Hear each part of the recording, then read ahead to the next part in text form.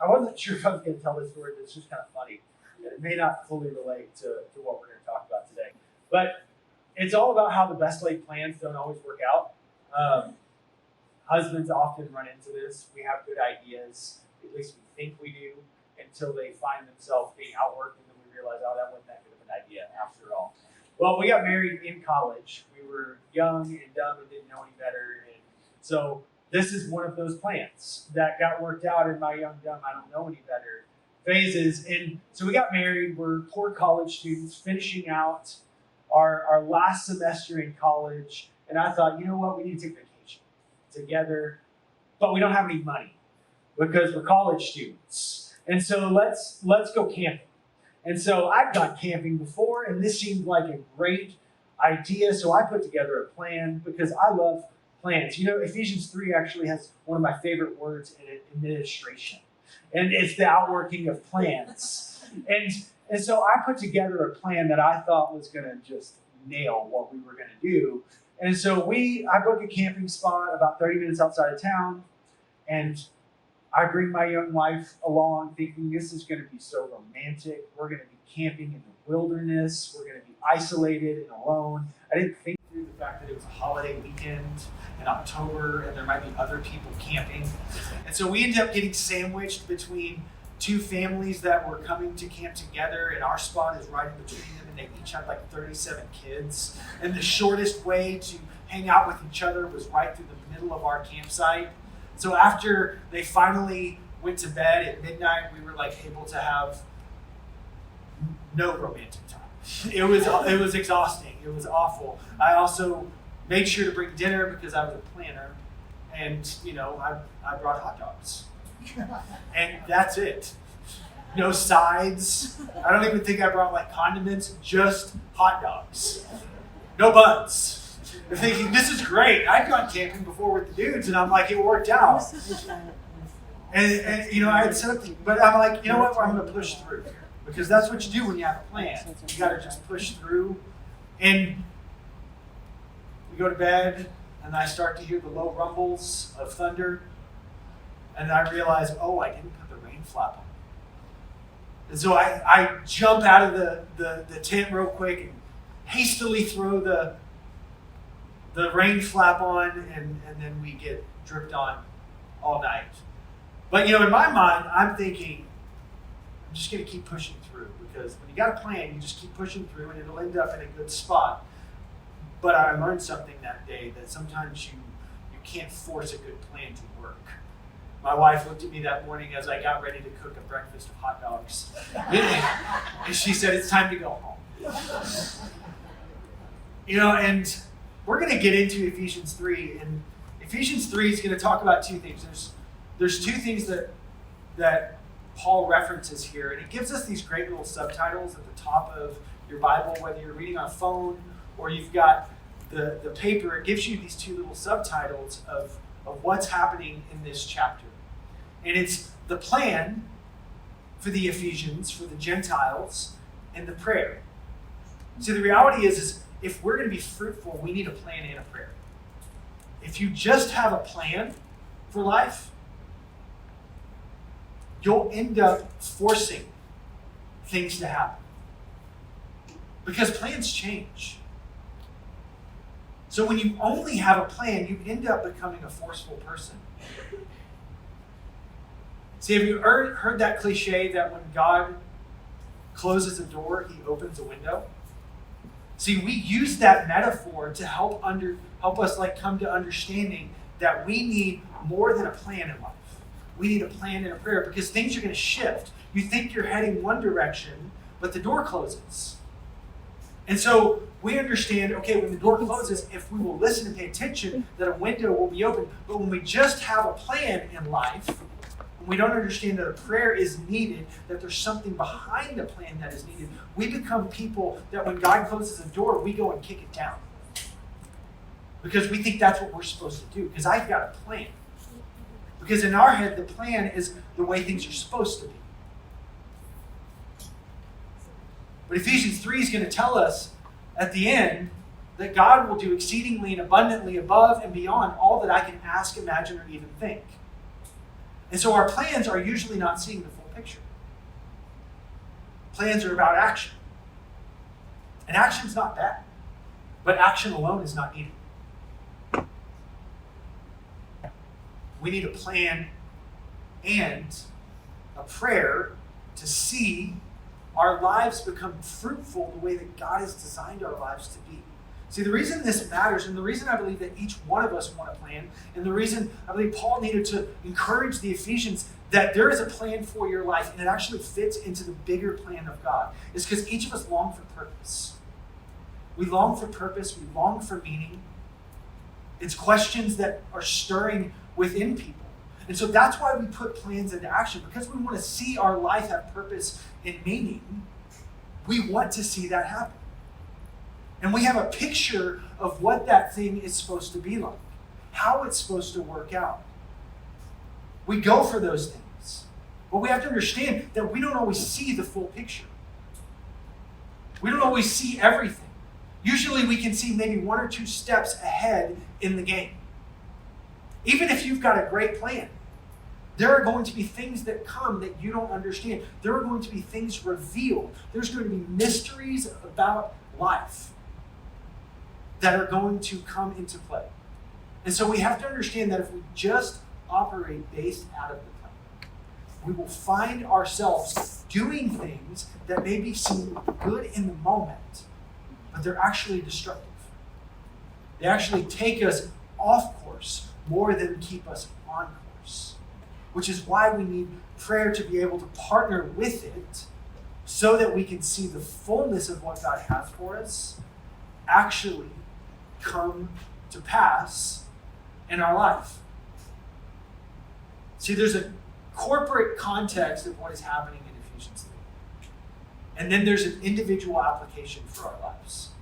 The corporate context of what is happening is that Paul's writing a letter to the Ephesians, to this Gentile church. And Pastor JD got into it last week, that this was something new, that there was a bridge being built.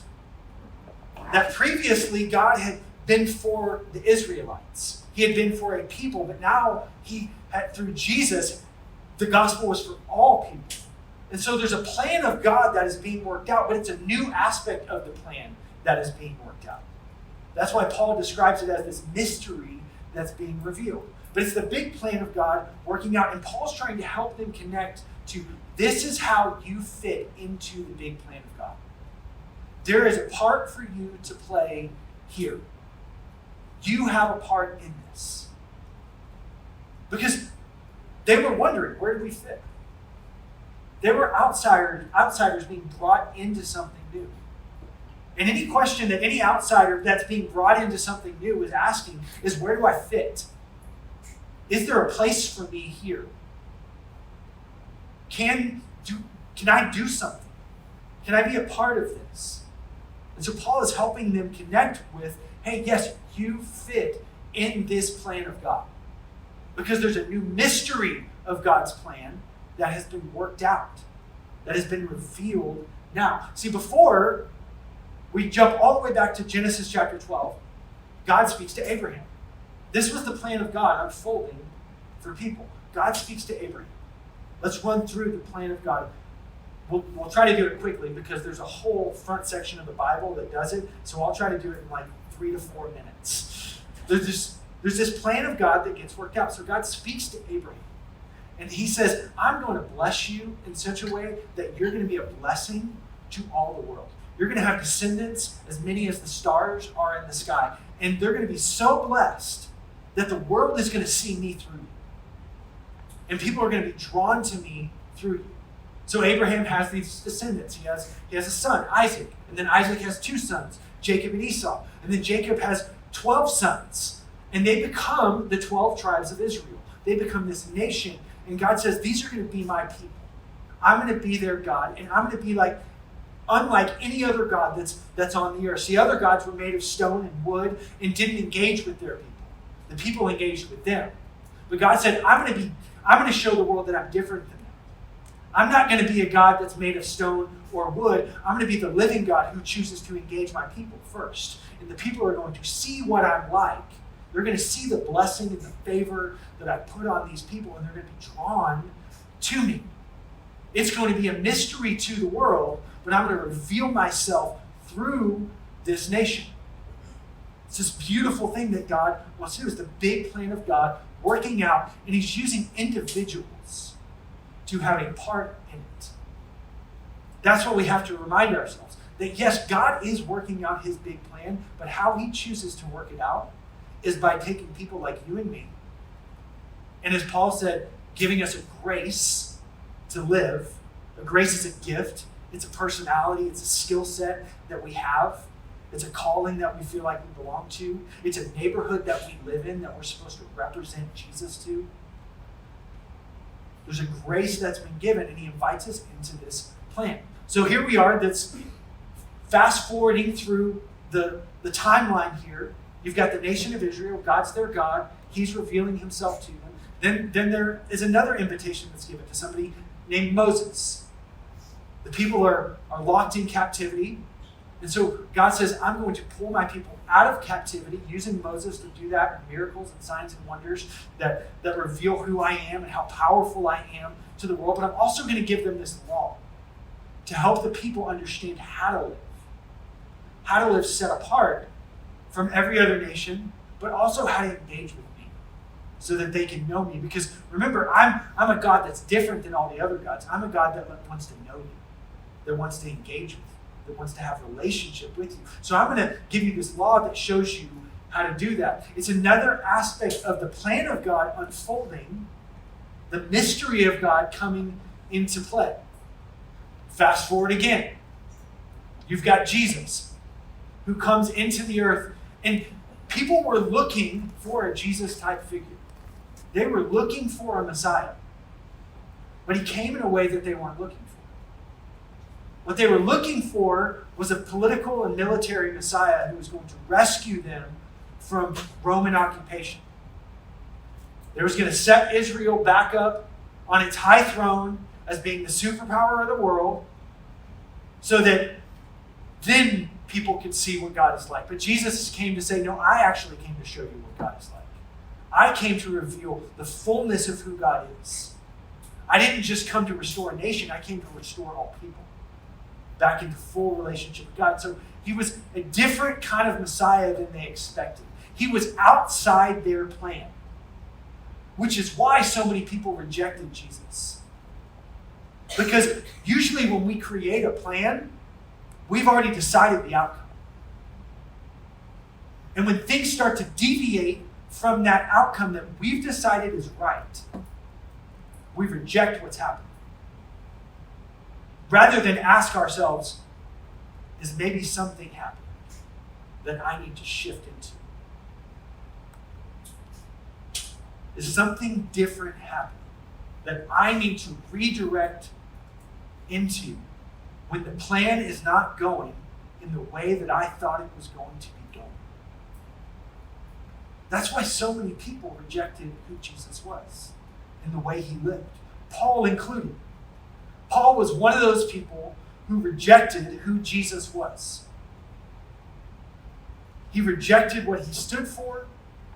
He rejected how he lived. He rejected what he said. He was rejecting because he was outside the plan that Paul had.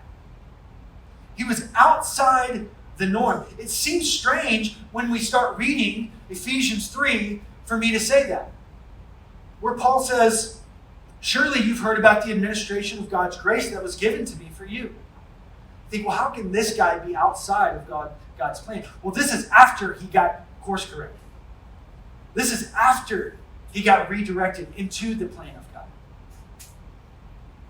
And what Paul is trying to help us understand here is that we need to have our plans redirected sometimes, because if we just live by a plan, we're going to try to end up forcing things to happen that shouldn't necessarily happen. We need more than just a plan in our life. We need a plan and prayer behind it, because when we just have the plan, we get forceful. Let's give an example from what that looks like from Paul's life. So, I would say it's going to be on the screens, but the screens died, so you're just going to have to turn in your Bible. Turn to Acts chapter 9. If you've got an app, just type it in. Acts chapter 9 is where Paul encounters Jesus on a road. We're going to read the first 6 verses. It says, "Meanwhile, Paul was still breathing out murderous threats against the Lord's disciples. He went to the high priest, asked him for letters to the synagogues in Damascus, so that he found anyone who belonged to the way, that's Jesus' followers, whether men or women, he might take them as prisoners to Jerusalem. And as he neared Damascus on his journey, suddenly a light from heaven flashed around him. He fell to the ground, and he heard a voice say to him, 'Saul, Saul, why do you persecute me?' 'Who are you, Lord?' Saul asked. He said, 'I'm Jesus, who you are persecuting. Now get up, go into the city, and you'll be told what you must do.'" Let's give some context here, and maybe cut this version of Paul a little bit of slack, which is hard to do when you read the first lines that said he was breathing out murderous threats. But let's try a little bit. So here is this guy. He's called Saul at this point. And he's a Jew who's also a Roman citizen, who's also a teacher in of Judaism. So he's like a high figure. He's a powerful person. He's a privileged person. His life has been set on a course. His life has a plan. You don't become a Roman citizen in that day without having some wealth and influence. You don't become someone who's taught under one of the great religious leaders of the day, a guy named Gamaliel, without having some power, some influence, some natural ability, some ambition. I mean, Paul was like one of the top 30 under 30 young religious leaders of his day. He would have been on the cover of whatever magazine there was. He would have been celebrated. And he was celebrated. He was so much so that he went to the leaders of the church and demanded that they give him letters. And they did it. That's the kind of man of influence that he was. He was a powerful person. He may have been young, may have not have risen to that seat yet, but he was on the way. He had a plan. And he was coming against something that he thought he was just in doing. See, Paul was a Jew. And most of the Jews had rejected Jesus because he was not what they expected. So they had rejected what he had done, because that's what we do when something comes along that falls outside of our plan. Rather than taking time to pause and say, what's going on here? Let's instead of zooming in on this story, let's zoom out a little bit and see our own lives. When something is out of line with the plan that we have, your career, when it takes a turn that you weren't expecting, whether you're laid off, whether you don't get a promotion that you hoped for, it goes outside the plan that you had for your life. What's the response that we take? Is it to try to make more happen? How do I know if I'm living according to a plan or living with both a plan and a prayer? It's when I think everything relies on me. When things get off course, I don't pause and say, what needs to happen now? I just go make something happen. I decide what needs to happen.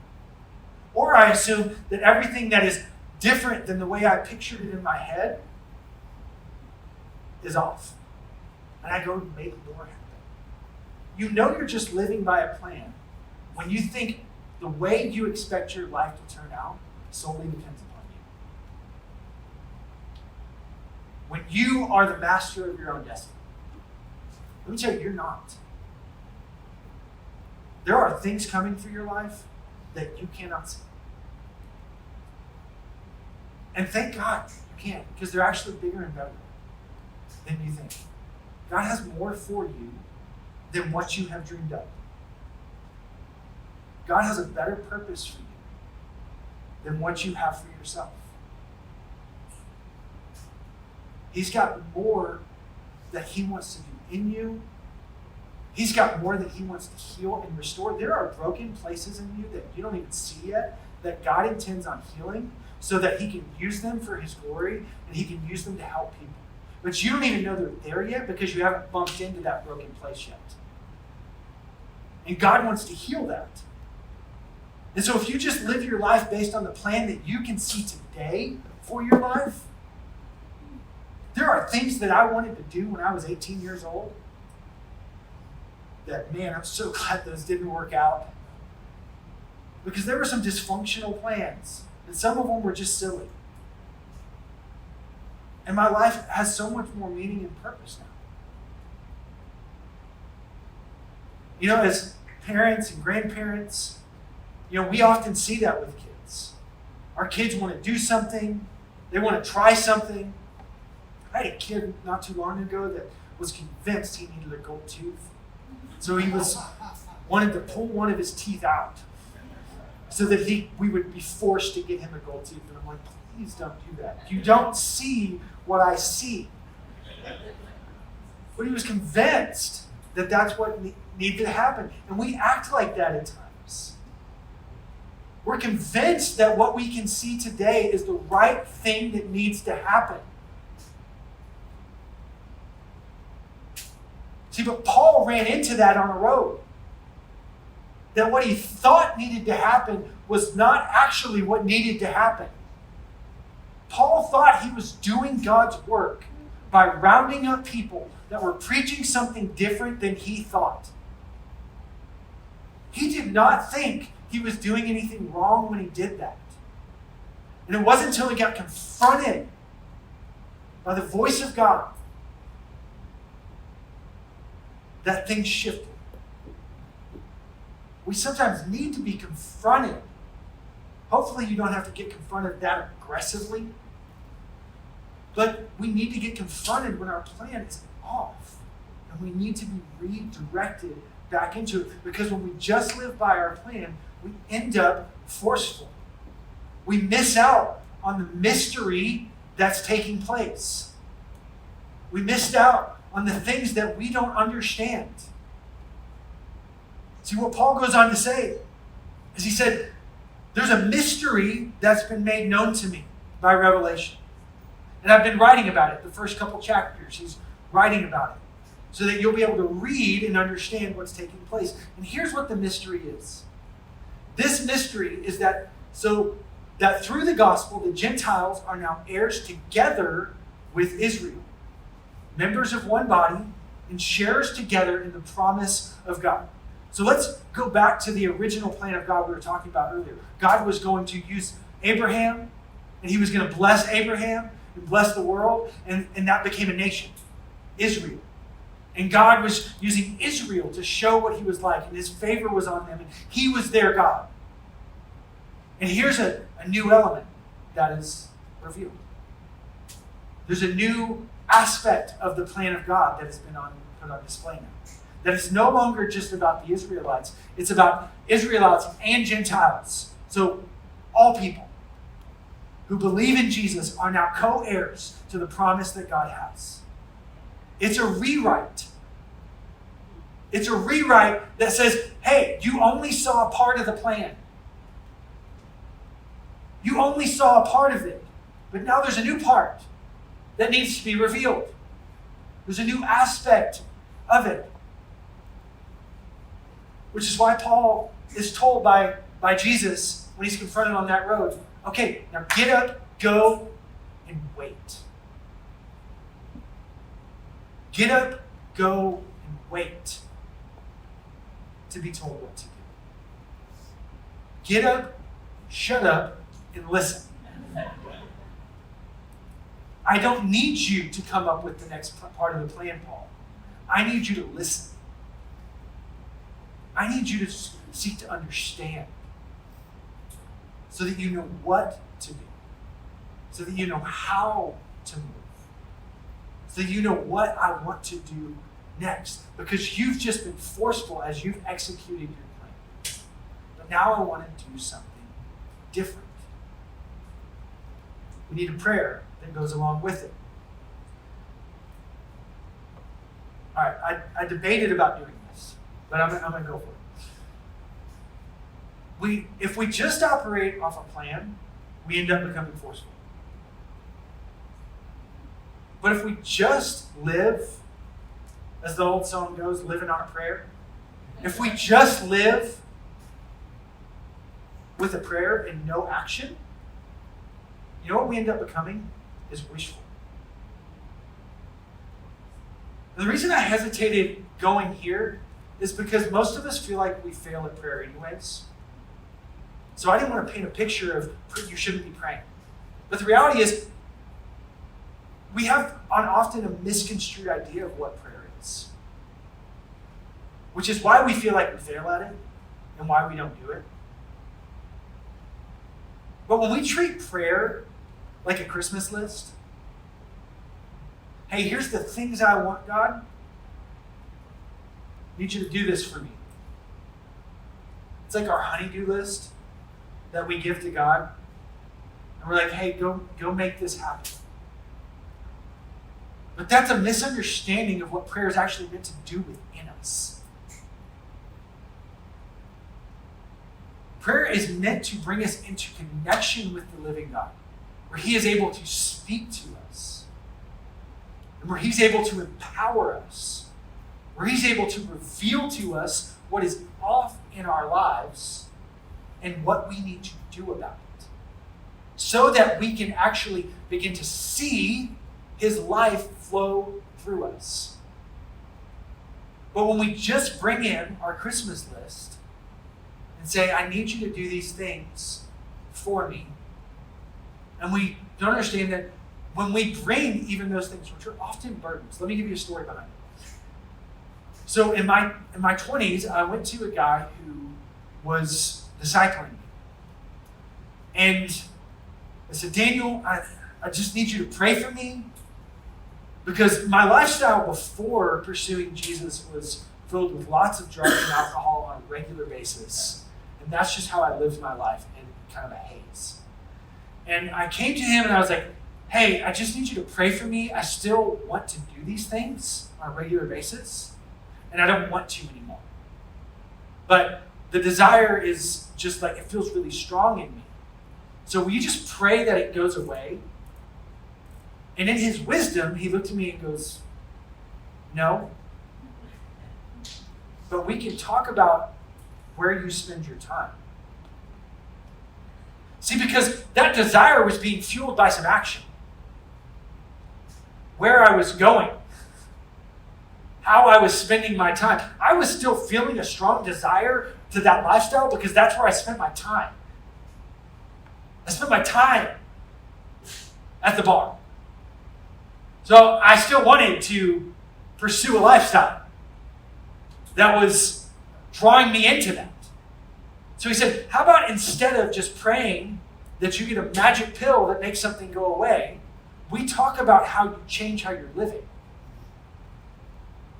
We talk about asking God to do some things in you. So that's what prayer is meant to stir within us. Let's look at this prayer that Paul prays for the Ephesians. He says, I pray that out of God's glorious riches, He would strengthen you in your inner being. You won't become wishful when you say, God, would you strengthen me in my inner being? Where are some weak areas within me, God? Would you reveal those to me? You ask that prayer, He'll answer it. He'll show you some areas. Hey, this is weak. You go on to pray. Okay, well, God, would you dwell in me through faith? I believe that you're going to dwell in my heart through faith. And I pray that as I allow these areas to be strengthened in me, pray that I would be rooted and established in love so that I can have power. Why do we need power? So that we can do things.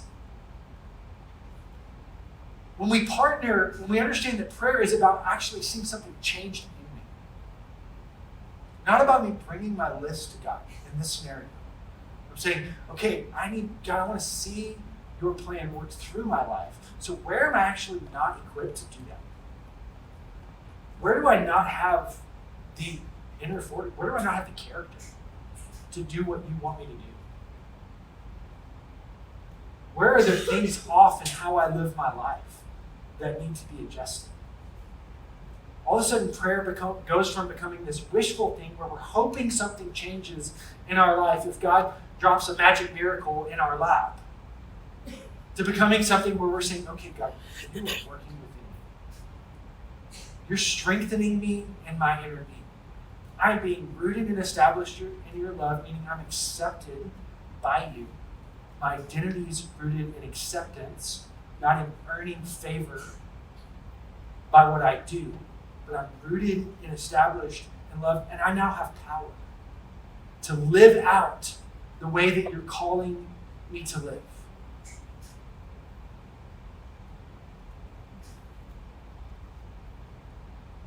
When we are able to understand that God's got a plan for us, He wants you to realize that you fit into His big picture. The way that Paul described it is there's a grace that has been given to me. And it's my job to see the administration of that grace. That's a fun way of saying it's my job to use my gifts. It's my job to use what God has given me. It's my job to go to work and use the skill sets that I have. Let's boil it down real simply. You go to work. That is the administration of God's grace in your life, in that arena. God's plan for your life is that you would use the gifts that you've been given, the skill sets that you have, the knowledge that you've developed over time, and recognize that you are where you're at for a reason right now. And you may not understand all the reasons. But if you'll step into that environment each day saying, God, I pray that you would strengthen me in my inner man. Help me be rooted and established in your love today so that I can have power to do what I need to do in the arenas you've called me to. I go to work. I've got skills and knowledge. This is the plan of God working out in my life. Because there are people that God wants to invite into that plan where you're at. The big plan of God all along was that He would pour out His blessing in His life upon you and me, His people, so that other people would be attracted to it and start to receive what we've been given.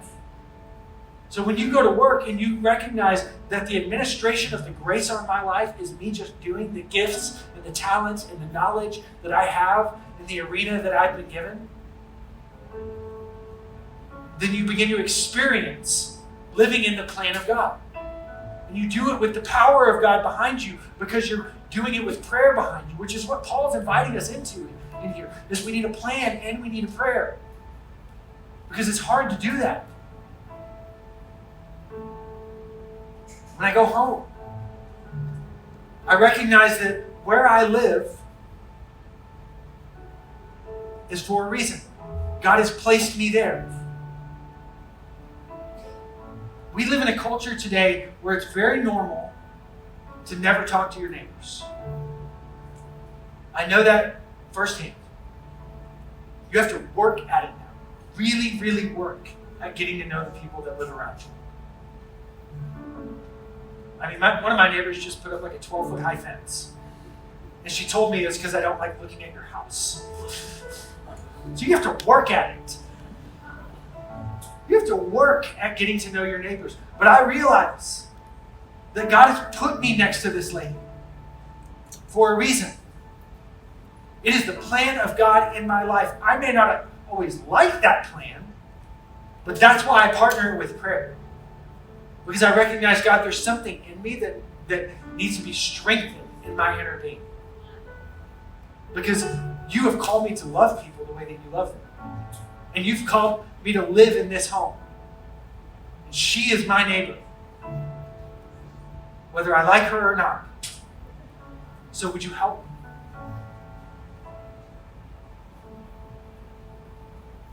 You can do it with family, where you work, where you live. We often mysticize the plan of God for our life. What is the plan of God for my life?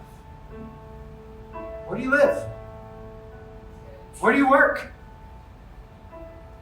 Where's your family? That's the plan of God for your life right now. Those people encountering the kindness, the love, the grace, you being transformed by this rooted and established love is the plan of God for your life. It's bigger than that too. And when you need to know what is next, He'll reveal it to you. Especially if you're leaning into the prayer. Especially if you're pushing in.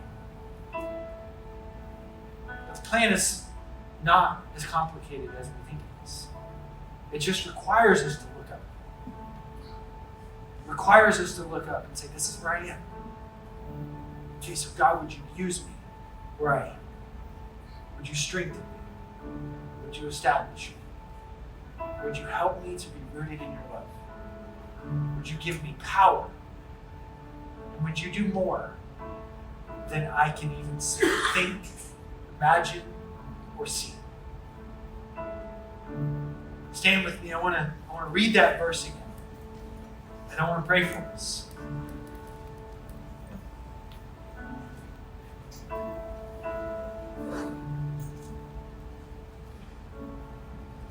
I want you to just close your eyes for a moment. I want to read this Ephesians prayer. I want to ask that God would just do it in us. I pray that out of His glorious riches, that He may strengthen you in your inner being,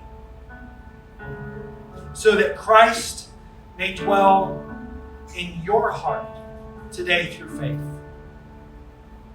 I pray that you would be rooted and established in His love, that you may have power together with all the Lord's people, with every person in this room, with every person watching online, that you would have power to grasp how wide, how long, how high, and how deep the love of God is for you.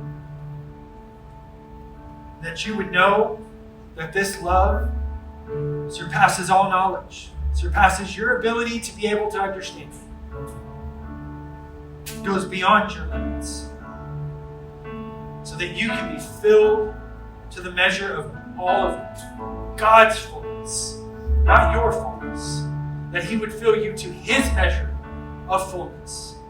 Now, God, I pray for each one of us, that as we receive this and as this prayer takes root in our life,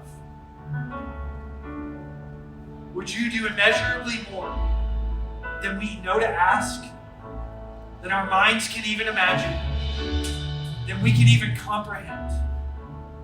According to your power, where our plans fall short, would you go beyond? Would you do more, God, so that you are glorified and that your people are built up? In Jesus'